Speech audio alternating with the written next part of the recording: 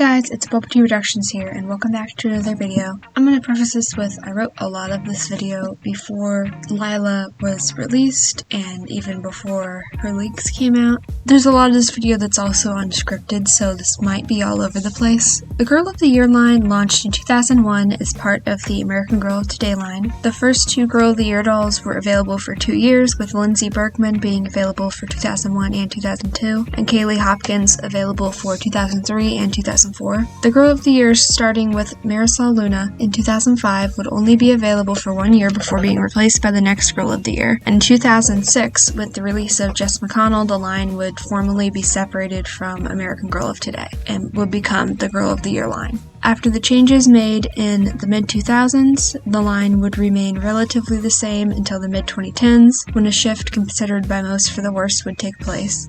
When Girl of the Year 2017 Gabriella McBride was released, it was quickly noticed that she was extremely similar to a recently retired Truly Me doll, and her collection was lacking compared to a lot of the other Girl of the Years. When the doll Tenny Grant was released in February of the same year as a part of the new Contemporary line, it was obvious she was meant to be Girl of the Year that year, and some even initially, when they got the first catalogs, thought she was Girl of the Year. This, coupled with the overall negative changes to the brand around this time, marked a noticeable shift in the Girl of the Year line.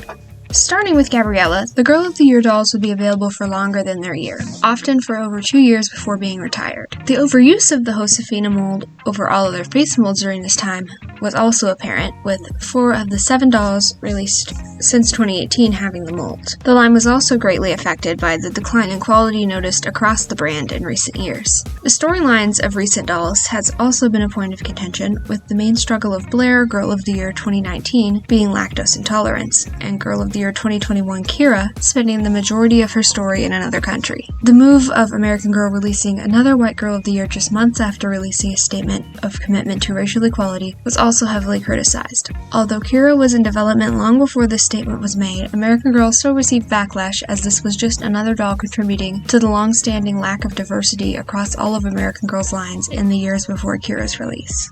Girl of the Year 2022 Corinne Tan was a sign of improvement, another doll of color, as well as having a new face mold and a unique hobby, as well as the return of companion dolls with her Welly Wisher-sized sister Gwen. Corinne was followed by Kavi, another doll of color, and the first South Asian Girl of the Year, only the second South Asian character doll. Kavi also had unique hobbies and had an underused face mold, and overall seemed to go over well. When it was revealed at a Mattel investors meeting in early 2023 that the Girl of the Year for next year will be released ahead of the holiday season, the reaction was overall mostly negative. This would mean less promotion and time for the existing Girl of the Year, as well as taking away from the excitement of the Girl of the Year release, much like the earlier and earlier December releases of the Girl of the Years in the late 2010s and early 2020s, but to a much larger degree, especially considering American Girl's recent track record of releasing white dolls a few months after a doll of color, only to then largely ignore the doll of color while heavily promoting the white doll, for example with Claudia and the twins. And this was an extremely concerning move. Lila Minetti, the Girl of the Year for 2024, released on October 4th to mixed reviews. Most people loved the doll, however there was a lot of contention about when she should have been released and whether to buy her now or to wait until January. There is also a lot of quality issues when it comes to her collection, one being her horse lacking the flocking other American Girl horses have, and thus seeming lower quality and more like that made by brands like Our Generation. This was apparently done due to not wanting kids to get the flocking wet when styling the horse's mane. It was also noted that she is the first Girl of the Year to have the star on her foot, which not a lot of people were excited about in the first place. Lila's collection and storyline has also been criticized. Her hobbies are gymnastics and horseback riding, which are usually only hobbies attainable to upper middle class, especially paired together, while also being used for Girl of the Year dolls in the past, some more than once. Lila's gymnastics coach is none other than Girl of the Year 2012 McKenna, which is something a lot of people joked about, but no one was expecting to actually happen. While in some ways this could make sense, it also seems to be another attempt at profiting off of nostalgia in the same way much of Isabel and Nikki's collection has been. It also opens up the question to why McKenna is in Minnesota in the first place, when in her books she lives in Seattle and there would really be no reason for her to want to move to Minnesota for college,